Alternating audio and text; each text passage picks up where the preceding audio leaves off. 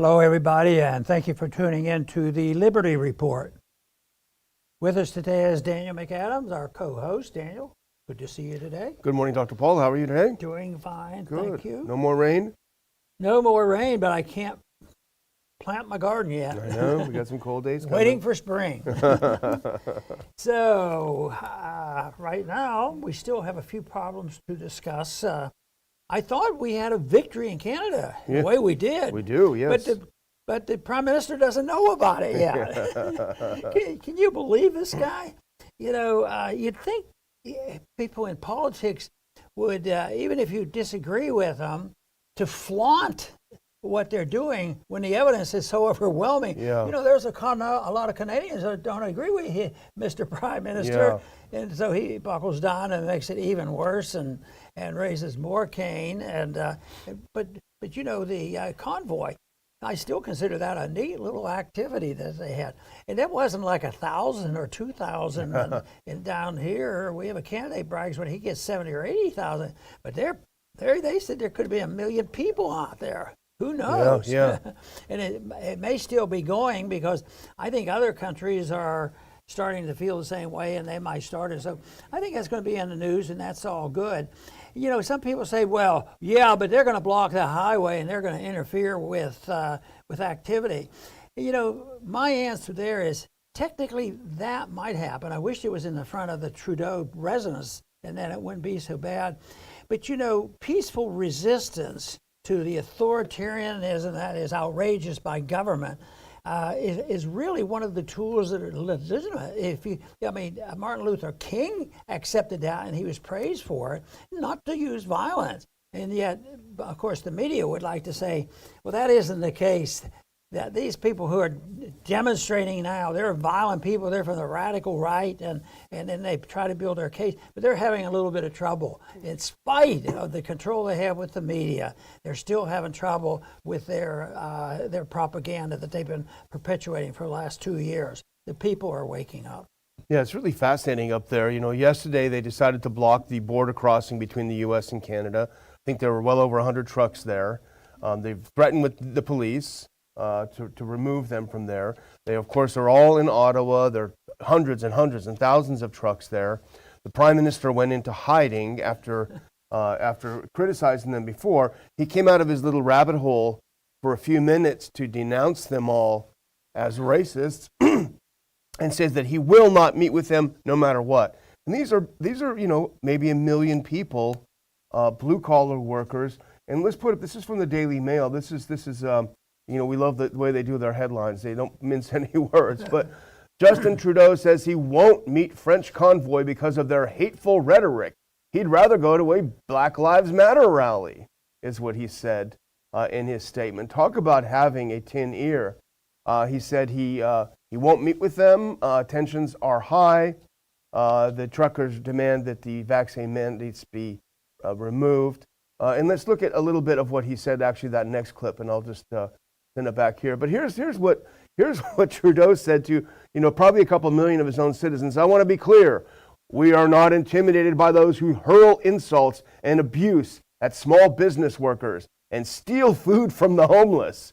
We won't give in to those who fly racist flags.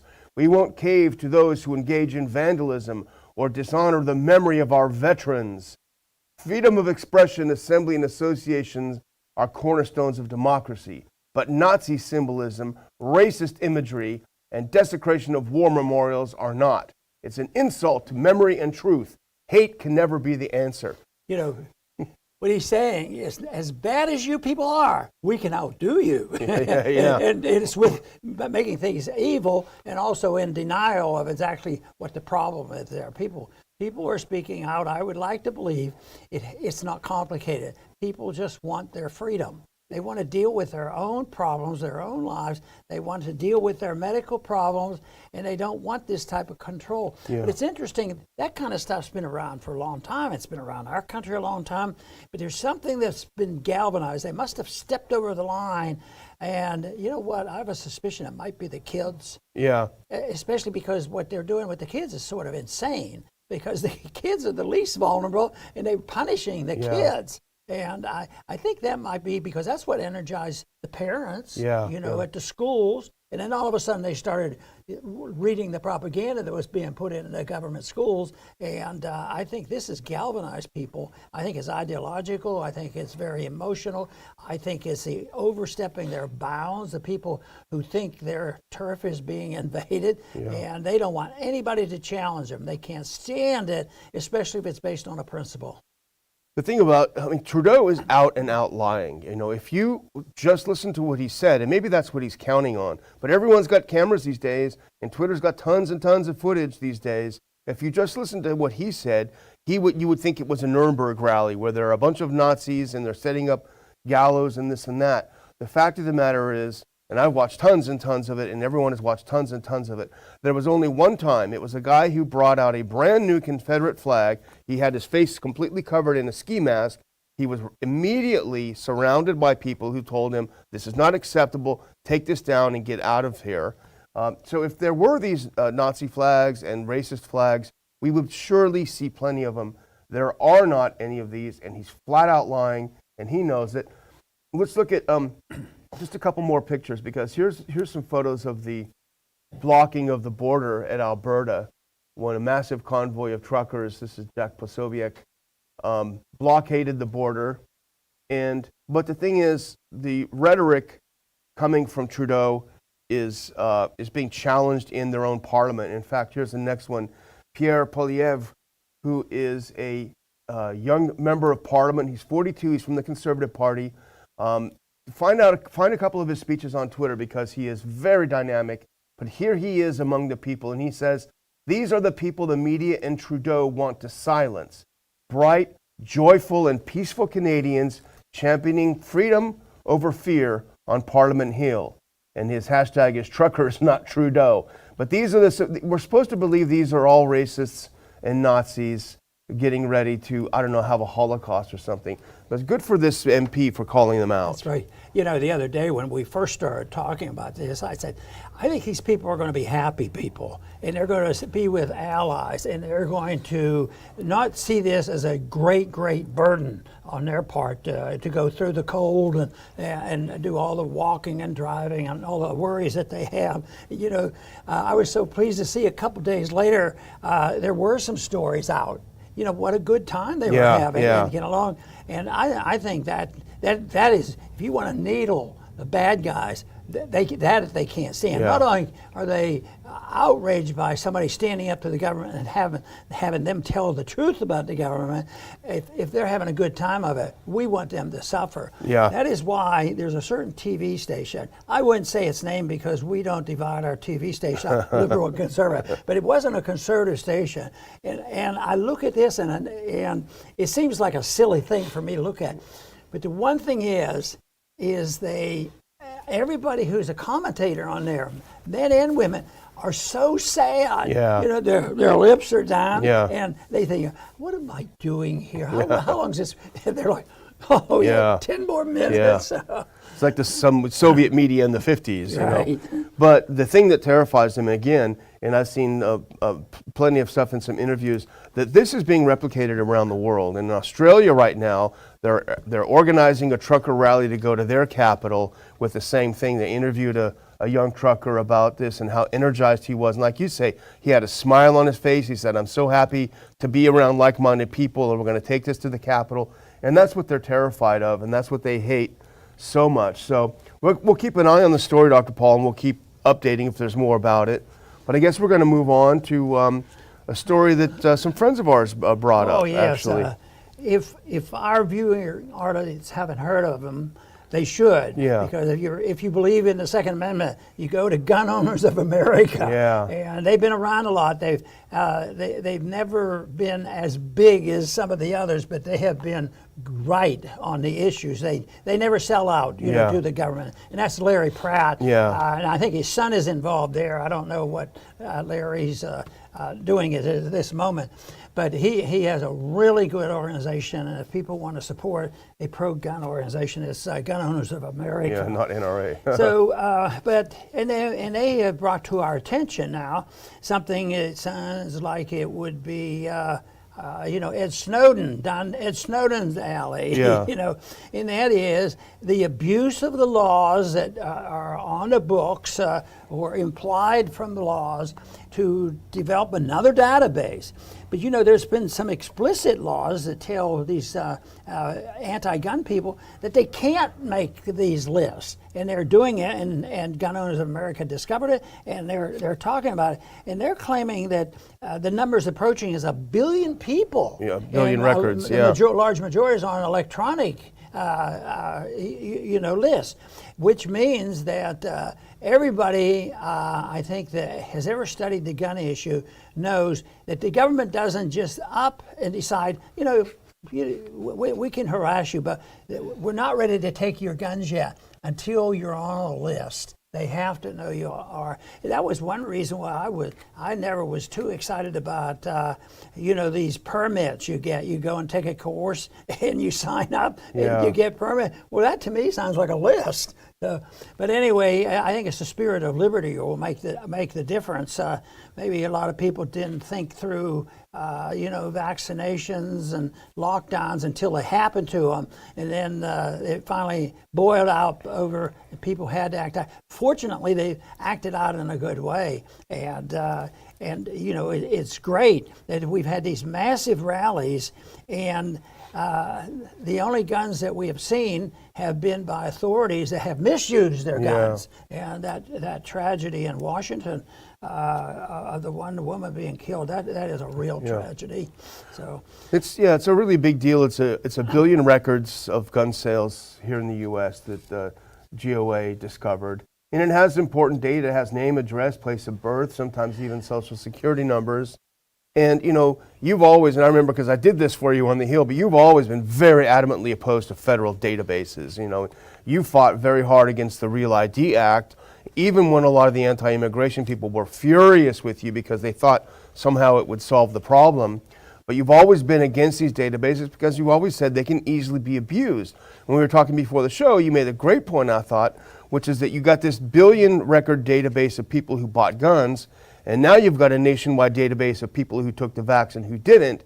If you mix those up, you're going to get a lot of data that could really, really be dangerous to people. And, the other thing that started this whole thing off is expanding rapidly, and the financial records. Yeah. The financial records there. The vaccine records are one thing, but it's the medical records too, HIPAA type of thing. We got to protect the privacy of the people. That's one example of a bill that I pointed out so frequently. Is you look at the title and they're going to do the opposite. They were protecting the privacy of the patient, and look at what's been resulting. And that's been around for quite a few years. But I think when you combine the guns and the vaccine mandates and passports, as well as the financial controls, and that's going to get a lot worse. It's going to continue because there's still a lot of people, and I think they're marching along. You can't imagine how much less the cash is being used. People, they've made it so cash is slower than and the credit cards are too slow too. You got to you mean I could just do this? Peek in there, and I can get my credit. Wow, I didn't know I was so powerful. Yeah, sure. You're just so obedient. You're going to go along with what the government's telling you to do. Yeah, that's dangerous. Well, we want to move on to the Surgeon General, who I think not the brightest bulb, but there's a saying, Dr. Paul, in social media, when you post something and the massive, massive majority of the responses are negative, it's called you've been ratioed.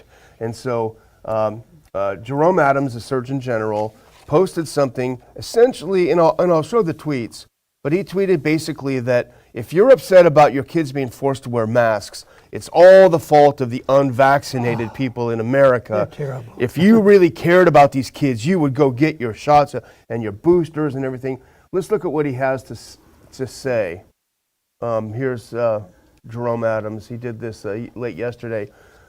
Slowing COVID spread is about layers. If one layer isn't sufficient, you have to strengthen the other layers to maintain equivalent protection.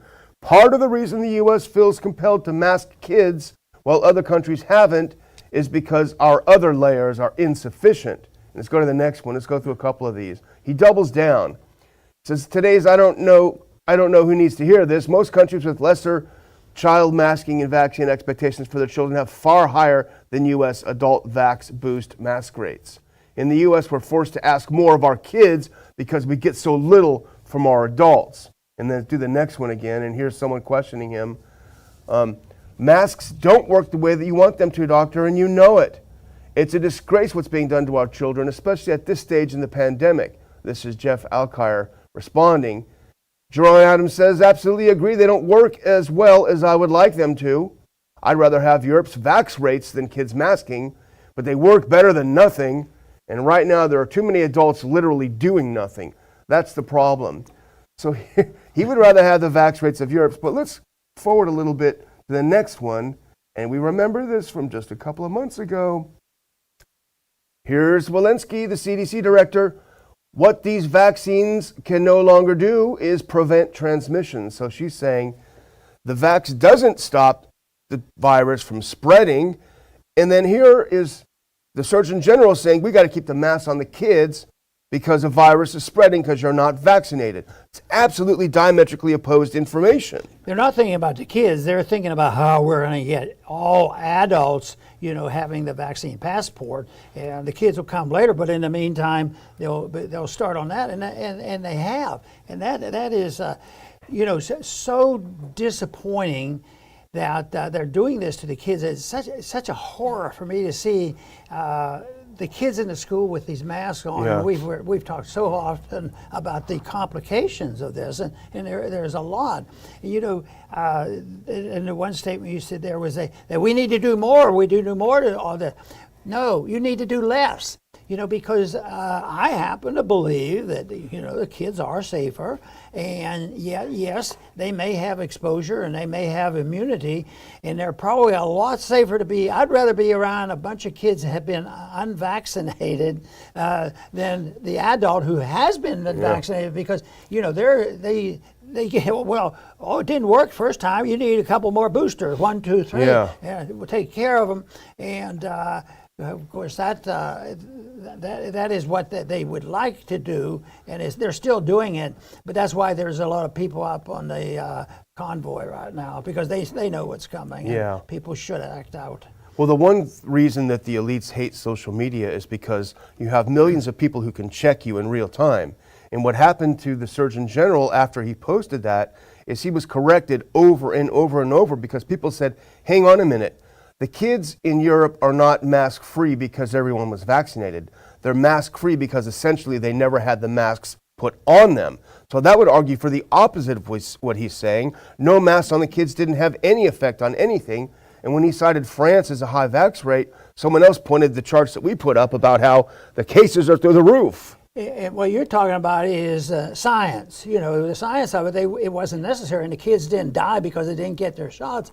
And yet they turn it around and say, if you deny and you don't want to do it, then you're unscientific. The whole idea of the 1984 definition of immunity, this whole thing is really messed up.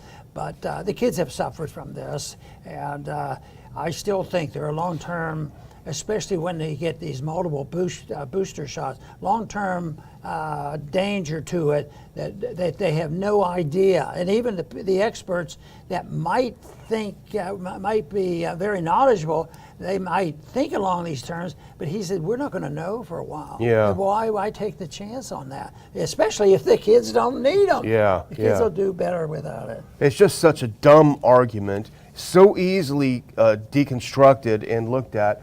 And here's a tweet, here's another response. I don't want to beat a dead horse, but there's so many great responses. So Surgeon General saying, the kids have to wear masks because you didn't get your shots.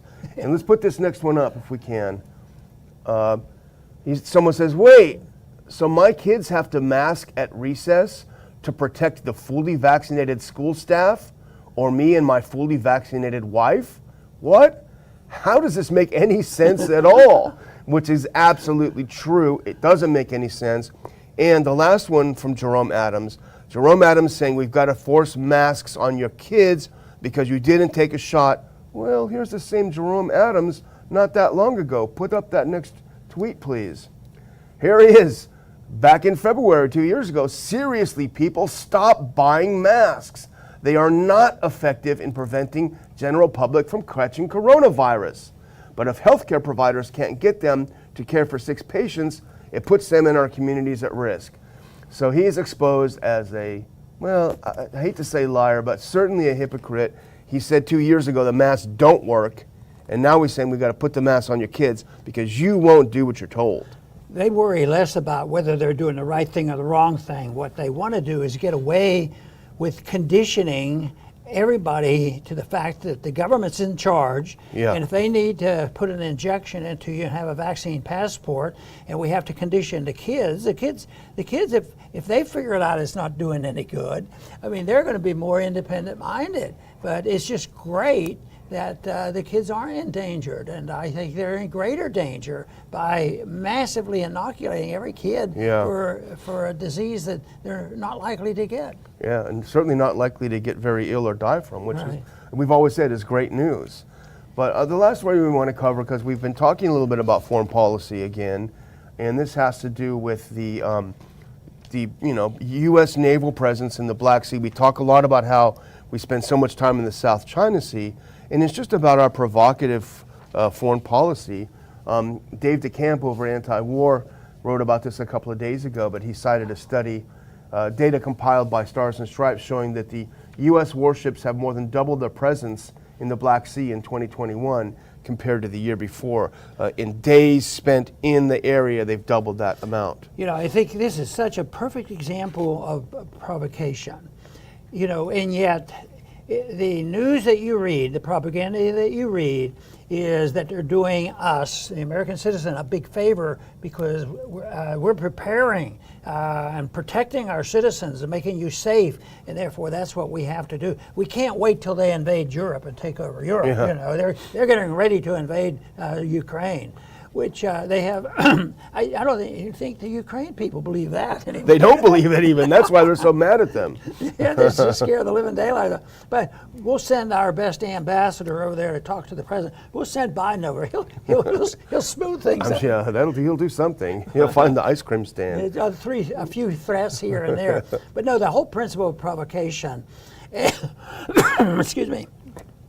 But then the other thing is if you can make them do something by threatening them and they don't listen, then you put on sanctions. Yeah. That's our foreign policy.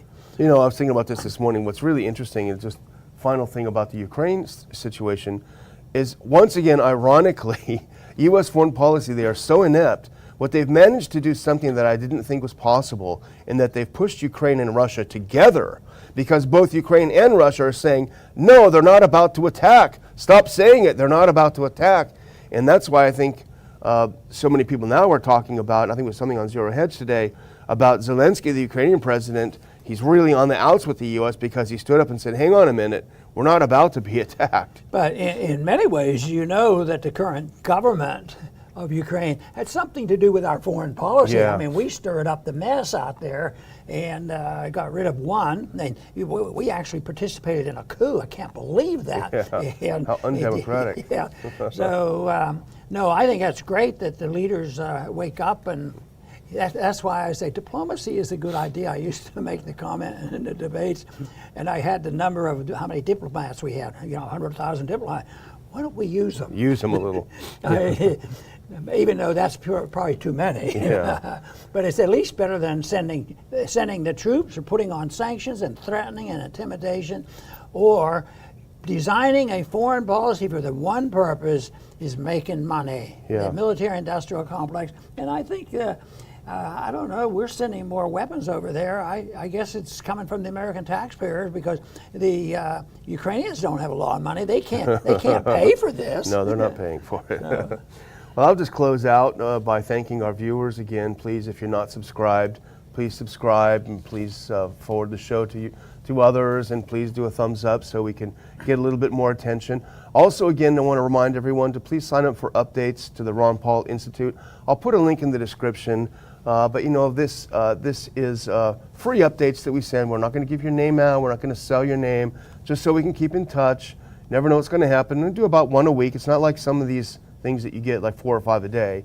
We do about once a week, and if something big has happened like a conference, we'll announce it. So we don't abuse your time, But we do want to keep in touch with you, so I'll put that link again in the description, and if you're not subscribed, please do subscribe. Well, everybody's thinking up of an advantage that they can take from the conditions they have, instead of backing away when it's obviously they can't, it's really not doing that much good. Austria made the suggestion, we just don't do enough of this. And they're proposing that, measles, that's something that's brand new, and when nobody's protected from measles, so we have to mandate, for every kid, shots for measles and the flu. The flu would fit right in there because the flu is a similar virus to the COVID virus. It doesn't last, even if it lasts a little bit. But I don't know. I'd like to take a look at how many people are actually taking flu vaccines, because at the beginning it was sort of a patriotic thing. Did you have your flu shot? But I just have an idea that people aren't rushing out. Maybe the side benefit will be, well, they fibbed with us on the vaccine and made us vaccinate our kids and all this. Maybe we don't need this flu shot very often either. Maybe some people will back off from that.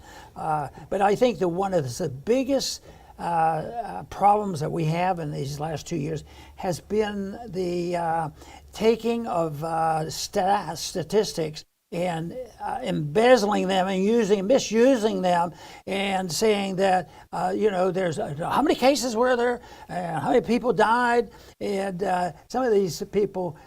Even recently, there was another study on that the total deaths in these last 2 years hasn't really changed, which means that there's a lot of misinformation on exactly how people die. And we heard plenty of stories, and I've heard them personally from doctors, on how the death certificates are rigged, because all you have to do is have a positive test, but some revealed you didn't even have to have a positive. Oh, you had the sniffles. Yeah, you probably had COVID. And so we'll mark that done. Yeah. So anyway, I want to thank all our viewers for tuning in today to the Liberty Report. Please come back soon.